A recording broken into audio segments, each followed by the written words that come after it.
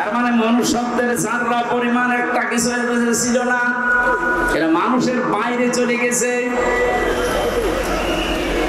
আমার সাথে ভালোবাসতো আমাকে, তাই যদি এই করে যাদের ওরা দেখতেই পারে না, মাঝে মাঝে বলতো হুজুর আপনার ওয়াজ শুনি আমরা। ওরে শয়তান, কিসের ওয়াজ শুনি?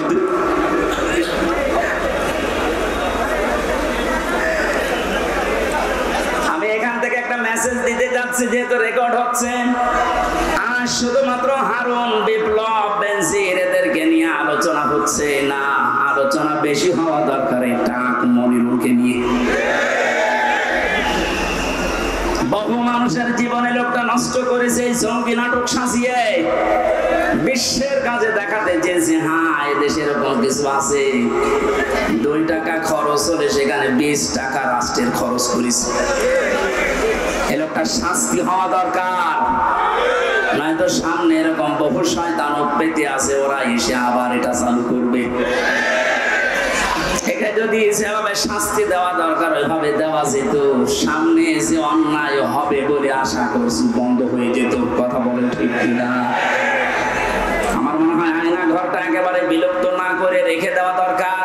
আলহামদুলিল্লাহি রাব্বিল মাশরিকাইন ওয়া রাব্বিল মাগরিবাইন আল্লাযী খালাকা কুল্লা শাইইন যাওজাইন ওয়া আওজাবা আলাইনাল ইহসানা বিল ওয়ালিদাইন ওয়া নাশহাদু আন লা ইলাহা ইল্লাল্লাহু ওয়াহদাহু লা শারীকা লাহু ওয়া আশহাদু আন্না মুহাম্মাদান আবদুহু ওয়া রাসূলুহু সাইয়্যিদুল কাওনাইন সাল্লাল্লাহু আলাইহি ওয়া আলা আলিহি ওয়া আসহাবিহি ওয়া আতবাইহি আজমাইন লা ইলাহা ইল্লাল্লাহু ফিত তারাফাইন ফাকাদ ক্বালা আল্লাহু তাআলা ফি কালামিহিল মাজিদ ওয়া বুরহানিহিত তাওহীদ।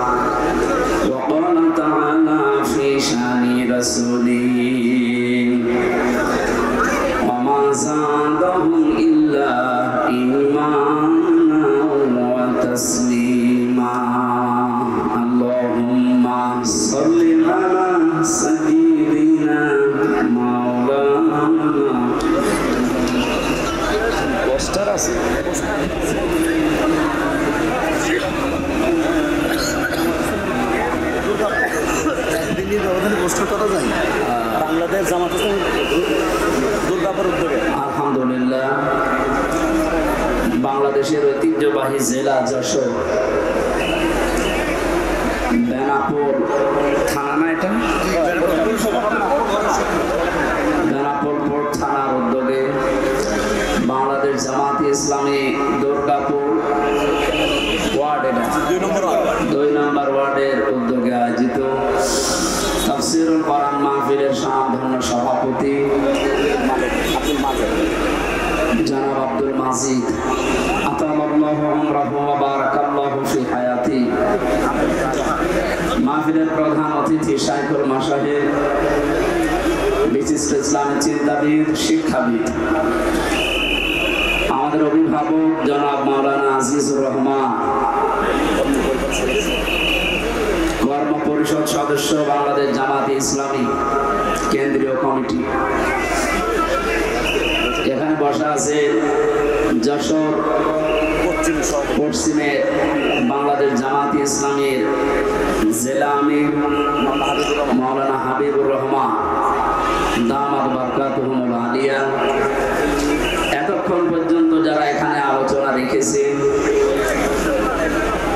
আপনাদের এই মাহফিলে যার উদ্দেশ্যে, যার মাধ্যমে এসেছি, আপনাদের এলাকার সন্তান ইসলামিক চিন্তাবিদ জনাব মাওলানা এনামুল হাসান বিন নূর, আলোচনা রেখেছেন মাওলানা রবিউল ইসলাম।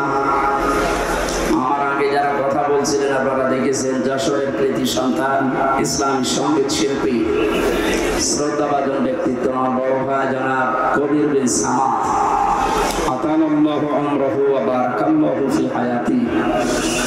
এর আগে সুরের জগতে মাতিয়ে রেখেছিলেন যশোরের আরেকটি সন্তান ইসলামিক সঙ্গীত শিল্পী, বিশিষ্ট আইনজীবী জনাব অ্যাডভোকেট রকনুজ্জামান রকন ভাই। মঞ্চে বসা আছেন অত্র এলাকার সর্বজন শ্রদ্ধাভাজন ব্যক্তিবর্গ। একটা একটা করে নাম বললে অনেক সময় যাবে, আমাদের হাতে সময় কম। আমরা একবারেই সবার জন্য দোয়া চাচ্ছি, দোয়া করছি। ওয়ারাফা'না লাকা যিকরাক।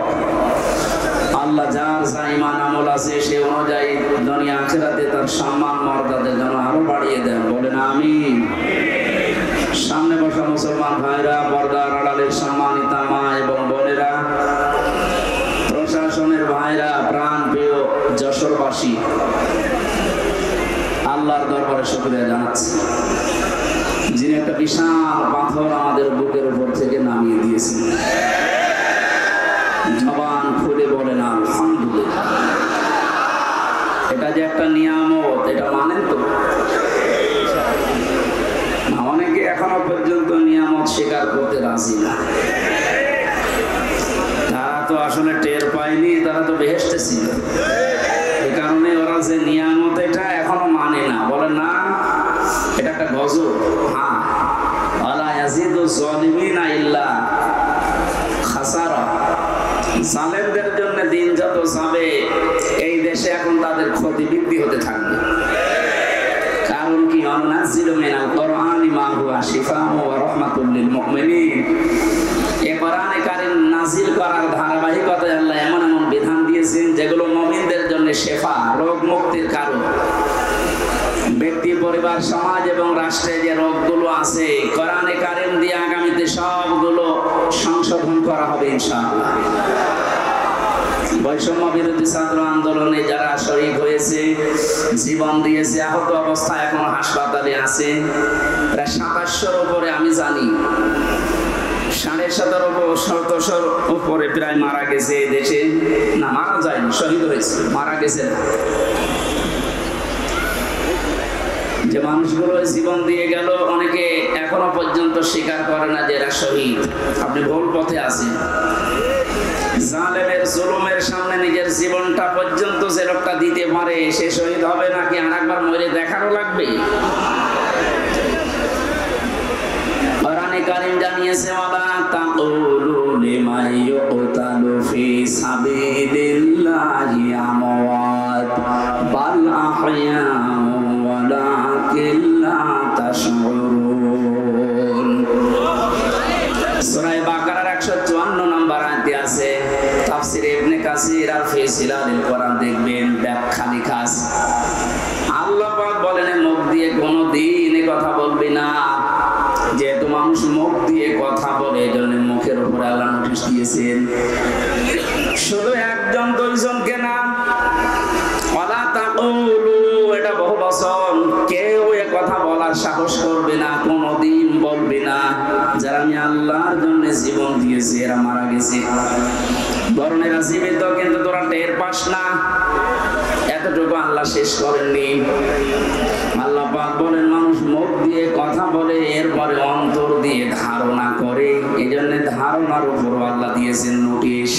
ওয়ালা তাহসাবান্নাল্লাযীনা কুতিলু ফি সাবিলিল্লাহি আমওয়াতা বাল আহইয়াউন ইনদা রাব্বিহিম ইরযাকুন।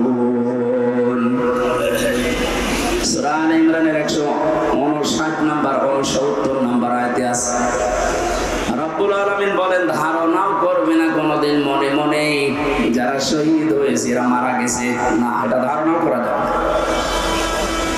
এত মর্যাদা আল্লাহ তাদেরকে দিয়েছেন। মাওলানা রবিউল ইসলাম এখনই মরার দরকার নেই, যদি মরি ঈমান নিয়েও যদি মারা যায়, এটা এখন যুবক মানুষ এখন বাঁচবে, ছাড়ের কথা বলি এমনি কয়েকদিন পর মরে যাবে। উনি যদি ঈমান নিয়েও মারা যায়, কয়েকদিন আগে হজ করে এসেছে তো আলহাজ জাহাঙ্গীর আলম প্রফেসর মানুষ, উনি যেন মারা যায় ঈমান নিয়ে মারা গেল, কবরে রেখে আসবে, ঘুমিয়ে পড়বে, কিয়ামতের আগে উঠবে, এর আগে আর খবর নেই, এতটুকুই শেষ। কিন্তু শহীদ আবু সাঈদ, শহীদ আল্লামা দেলাওয়ার হোসাইন সাঈদী রহমাতুল্লাহ আলাইহি 90 সালে ময়দানে তিনি একবার এসেছিলেন। এখন চলছে 24 সাল। এই 34 বছরের ভেতরে এখানে আর কোরআনের কথা এভাবে মনে হয় হয়নি।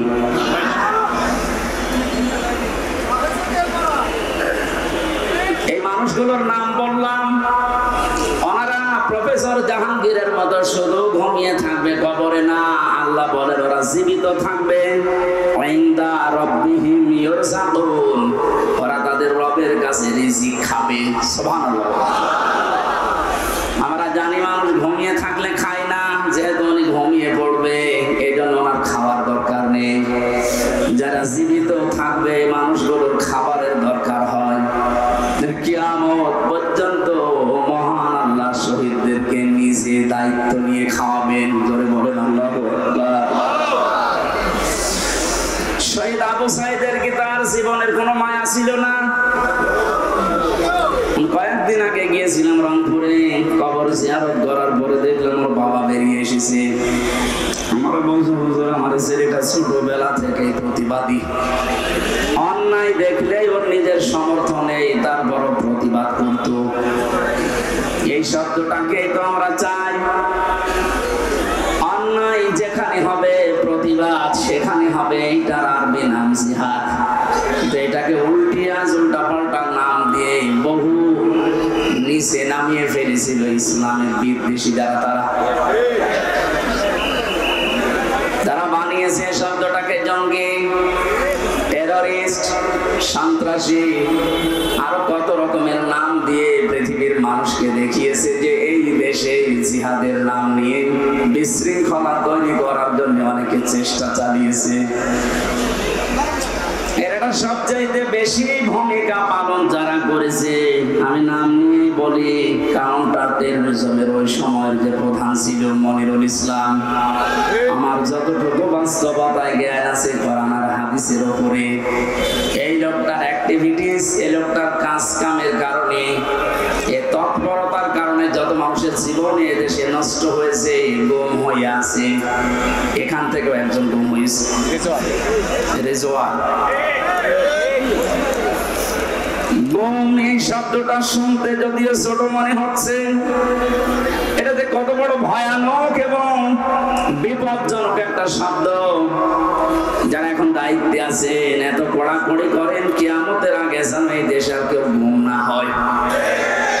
আর আমরা চাই এই গুম শব্দের সাথে যারা জড়িত ছিলেন একটাকেও যেন ছাড়া না হয়। কোথায় গেছে ওই মনিরুল? কে যেন সেদিন এক কানা লোককে দেখলাম, অন্ধ, গান বানিয়েছে। কোথায় কাদের কাকা? অন্ধ মানুষ। সুতরাং আমরা চাই এই গুমের সাথে যারা জড়িত ছিলেন, আয়না ঘর বানিয়ে যারা মানুষকে একদিন 2 দিন না 8 বছর 10 বছর পর্যন্ত, আমার মনে হয় যাদের ভেতরে অন্তত যার মনুষ্যত্ব আছে, তারা কোনদিন আয়না ঘরের ভেতর থেকে পাহারা দিয়ে এসে নিজের বাড়িতে ঘুমানো সম্ভব না। আমি রিমান্ডে যে মাটির নিচে ছিলাম, সেখানে ওরা রেখেছিল, আমার উপর যে অত্যাচার করতো, মাঝে মাঝে চিন্তা করতাম, আল্লাহ এরাও তো মানুষ, এরা বাড়ি যে স্ত্রীর কাছে থাকে কি করি, এদের তো ঘুম আসার কথা না। এরা নিজেরাই আমাকে বলতো আপনার কোনো দোষ নেই, আমরা জানি, তারপরও আপনি এই করতেন আমার সাথে। কালো কাপড় দিয়ে চোখ বেঁধে, হাত পেছনে বেঁধে রেখে মাথায় দড়ি দিয়ে টাঙিয়ে রাখতেন, আর আপনি বানিয়ে যে ঘুমাতেন, আপনার ঘুম আসতো কি করি? তার মানে মনুষ্যত্বের যাত্রা পরিমাণ একটা কিছু ছিল না, এরা মানুষের বাইরে চলে গেছে। আমার সাথে ভালোবাসতো আমাকে, তাই যদি এই করে যাদের ওরা দেখতেই পারে না, মাঝে মাঝে বলতো হুজুর আপনার ওয়াজ শুনি আমরা। ওরে শয়তান, কিসের ওয়াজ শুনি?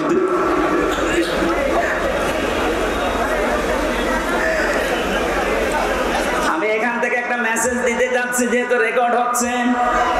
আর শুধুমাত্র হারুন, বিপ্লব, বেনজির এদেরকে নিয়ে আলোচনা হচ্ছে না, আলোচনা বেশি হওয়া দরকার এই টাক মনিরুলকে নিয়ে। বহু মানুষের জীবনে লোকটা নষ্ট করেছে এই জঙ্গি নাটক সাজিয়ে, বিশ্বের কাজে দেখাতে চেয়েছে হ্যাঁ এদেশে এরকম কিছু আছে। 2 টাকা খরচ হলে সেখানে 20 টাকা রাষ্ট্রের খরচ করেছে। এই লোকটা শাস্তি হওয়া দরকার, নয়তো সামনে এরকম বহু শয়তান পেতে আছে, ওরা এসে আবার এটা চালু করবে। এটা যদি যেভাবে শাস্তি দেওয়া দরকার ওইভাবে দেওয়া যেত, সামনে যে অন্যায় হবে বলে আশা করছি বন্ধ হয়ে যেত। কথা বলেন ঠিক কিনা? আমার মনে হয় আয়না ঘরটা একেবারে বিলুপ্ত না করে রেখে দেওয়া দরকার। তাম পৃথিবীর মানুষেরা কিয়ামত পর্যন্ত এই পৃথিবীতে যারা আসবে, বাংলাদেশে যারা দেখতে আসবে, এরা যেন দেখে বোঝে যে এই দুনিয়ায় বাংলাদেশ নামক যে দেশ ছিল, এ দেশে একটা জালেম ছিল। 1628 জন মানুষ দায়িত্বে ছিল, তার ভেতরে একজনের হাত খোলা ছিল, আর বাকি 1627 জন মানুষের হাত সব বাঁধা ছিল। গত কয়েকদিন আগে আমার যত মামলা ছিল সব ঢিসমিস হয়ে গেছে, সব বেকসুর খালাস দিয়ে দিয়েছে। আমি মনে করলাম মাননীয় আদালতকে প্রশ্ন করে যে মাননীয় আদালত, এই মামলা তো 3 বছর আপনার কাছে ছিল, প্রত্যেক মাস 2 মাস 3 মাস পরে পরে মামলা আপনার কাছে আসতো, 3 বছরে কতবার এসেছে, আপনি কোনদিন এই মামলার রায় দিলেন না। আগে বলতেন যে হাত বাঁধা, এখন হঠাৎ করে রায় দিয়ে শুধু রায় না বেকসুর খালাস, তার মানে আপনি প্রমাণ করে দিলেন যে আমার কোনো দোষ নেই। কথা বলেন না কেন? আমার কোনো দোষ পাইনি, এই জন্যই তো আমাকে বেকসুর খালাস দিয়েছে। আর 3টা বছর যে নষ্ট করে দিলেন, কেড়ে নিলেন, যেভাবে কষ্ট দিলেন, আপনাকে জেলখানার কন্ডেম সেলের ভেতরে আমারে রাখলেন। আমি চাই আমার মামলার আয়ু ওই মিজান থেকে শুরু করে একেবারে উপরে যিনি বসা ছিলেন, যারা এর সাথে জড়িত, প্রত্যেককে আমার মতো 3 বছর শাস্তি দেওয়া হোক। বেশি করে ফেললাম না, বেশি না। পাইনা قبضتم فعاقبوا بمثل ما عوقبتم به। যতটুকু অত্যাচারিত তুমি হও ওই পরিমাণে যদি করো, কোনো গুনাহ নেই। আমি তো এটাই চাচ্ছি। আপনি আমার উপরে যা করেছেন, আমারটা আমি বললাম। ব্যারিস্টার আরমানের উপরে যা করেছেন 8 বছর, আমাকে তো 1 তালা মাটির নিচে নিয়েছিলেন, আর ওরে নিয়েছে 3 তালা মাটির নিচে। আজান কি, দিন কখন রাত কখন আমরা জানতাম না, আন্দাজে ইশারায় নামাজ পড়তাম। এই কঠোর অবস্থা 1 দিন 2 দিন হলে মেনে নেওয়া যায়, 8 বছর আপনার কল্পনার বাইরে চলে যাবে। এরপরও অনেকে সাফাই গাছে যে কি করেছে, তারা কুকুরের মতো তাড়িয়ে দিলেন। আজকে তার ছেলে স্ট্যাটাস দিয়েছে, বাংলার মানুষেরা আমার মাকে কুকুরের মতো বিদায় করে দিয়েছে। লজ্জা করেনি কথা বলছে, কি বলছে না বলছে, মাথা খারাপ হয়ে গেছে। কেন দিয়েছে তার বাস্তবতায় আয়না ঘর। আমার যতটুকু বাস্তব জ্ঞান আছে, এদেশের 18 কোটি মানুষকে যদি জালেমরা যা করেছে, 18 কোটি মানুষ সবাই বলে আমরা মাফ করে দিলাম, উদার হয়ে ব্যারিস্টার আরমানের বউ জীবনও মাফ করবে না।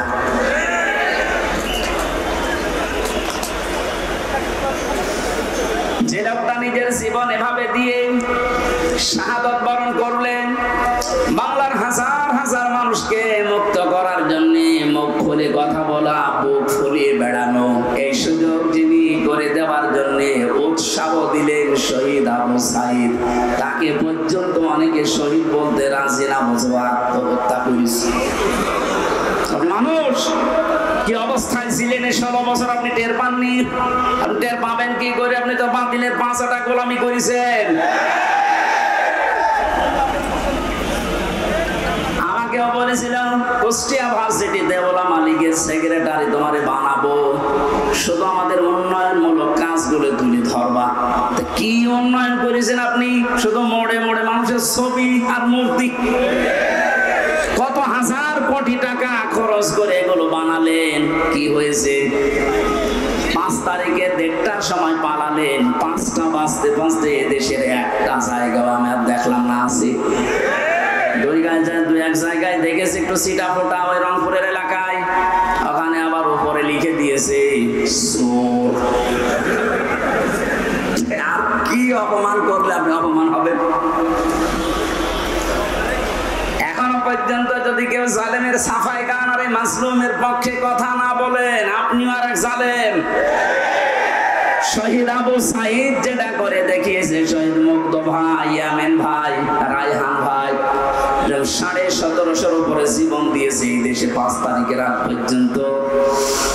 যারা এগুলো জীবন দিয়ে গেল, উৎসাহ দিয়ে হাজারো মানুষকে, লক্ষ মানুষকে রাস্তায় নামিয়ে জালেমকে বিদায় দিল, আল্লাহ প্রত্যেককে এই শাহাদাতের সর্বোচ্চ মাকাম যেন দান করে।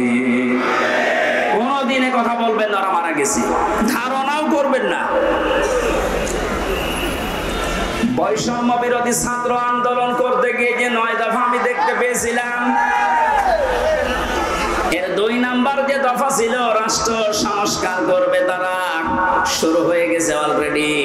আমরা আহ্বান জানাবো যারা দায়িত্বে আছেন, ইমিডিয়েটলি সকাল আসতে আসতে যেন শুনি বাংলার 1628টা চেয়ারের আগের কেউ নেই, সব নতুন এসেছে। এটা এত জরুরি এখন, কারণ এগুলো সব ছিল জালেমদের দোসর। জালেমের একা অত ক্ষমতা ছিল না, এগুলো সব সাহায্য করেছে। যতগুলো কারাগারে আলেমদেরকে সব চাইতে বেশি শাস্তি দিয়েছে, তার ভেতরে কাশিমপুরের হাই সিকিউরিটি। এটা এরা হুজুর দেখলে, আলেম দেখলে, একামতে দিনের লোক দেখলে ওদের বৃদ্ধি বেড়ে যেত। অন্যান্য মানুষ মার্ডার করে এসেছে, তারা সারাদিন ঘুরে বেড়ায়। আর আমার মূল্য চুরি মামলা 24 ঘন্টা ফাঁসির কন্ডেম সেলের ভেতরে তালা লাগিয়ে রাখে, এরপর আবার সিসি ক্যামেরা দিয়ে রাখে, আমার সাথে কেউ কোনো কথা না বলে। এমনি মুখ দিয়ে কথা বের হচ্ছে, ভেতরে কত জ্বালা বলেন তো আমার। আমি আহ্বান জানাবো, 1,10,000-এর উপরে এখনো পর্যন্ত বাংলার বিভিন্ন কারাগারে মানুষ বন্দী আছে। এর ভেতরে আমার মনে হয় 100 জনের 70 জনই তার মামলা সম্পর্কে আমার মতো জানি না। আমি যেমন 3 বছর পরে মুক্তি পেয়েছি, ওরাও দেখবেন 3-5 বছর 10 বছর পরে এমনি মুক্তি পেয়ে যাবে। শেষে প্রমাণ করবে আদালত যে এ নির্দোষ, কোনো দোষ পেলাম না। তাহলে 10 বছর নষ্ট করলেন কেন? আমার যে ধারণা, বাস্তবে আমার মনে হয় যত মানুষ বেকসুর খালাস পাবে, এর সাথে যে পুলিশ জড়িত, যে কর্মকর্তা জড়িত, যে বিচারপতি জড়িত, এতদিন আপনি রায় দিলেন না কেন? বলেন আমার হাত বাঁধা। হাইকোর্টের বিচারপতি যদি বলে আমার হাত বাঁধা, তে চেয়ারে বসা দরকার কি? ভ্যান চালিয়ে খান। যেহেতু 1628 জনের মাত্র একটা হাত খোলা ছিল, বাকি সব বাঁধা ছিল, আমার বিচারপতি আমার এই কথাই বলতো, হুজুর কি করবো, এতদিন হাত বাঁধা ছিল, এখন হাত খুলে গেছে, এজন্য কোনো কিছু দেখতে পাই না। আমার মামলাটা এভাবে দেখার পরে বলছে কি নিয়ে বিচার করব, কোনো মাল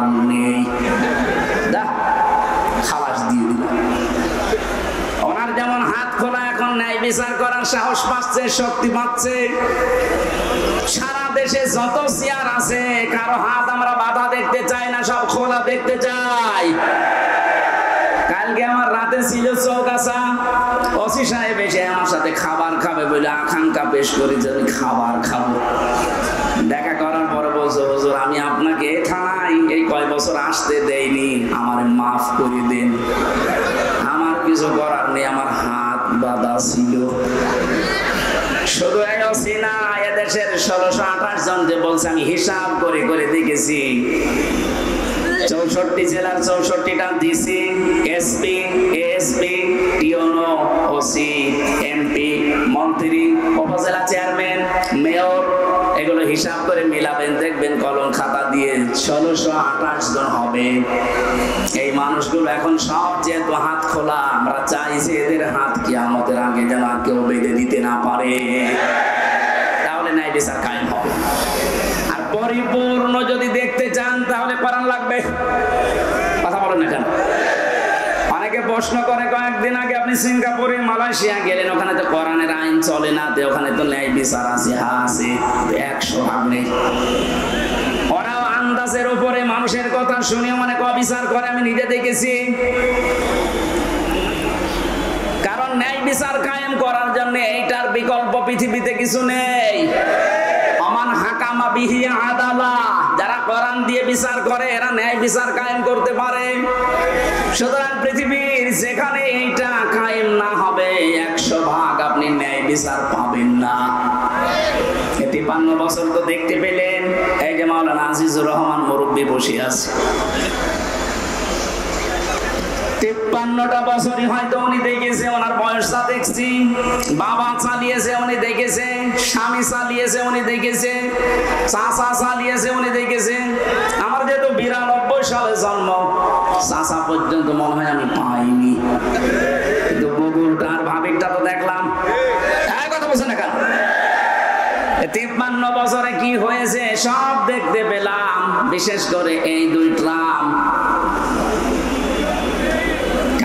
মানের কি আসে তা তো সবই দেখেছি, কারণ মুখে মুখে খালি বুড়ি উড়িয়েছি, উন্নয়নের মহাসড়কে দেশ চলছে। এজন্য আহ্বান জানাচ্ছি, এখন শুধু বাকি আছে এইটা দিয়ে দেশ চললে কেমন দেখা যায়। এটা দিয়ে যারা বাংলার 56,000 বর্গ মাইল চলে, আর কেমন দেখা যায় এটা দেখে মরার খুব ইচ্ছা আমার। ইচ্ছা আছে এটা দেখতে? হাত তোলেন তো, লিল্লাহি তাকবীর। আন্দাজ হাত তুলবেন না, সামনে কিন্তু আসছে এটা দেখার। লিল্লাহি তাকবীর।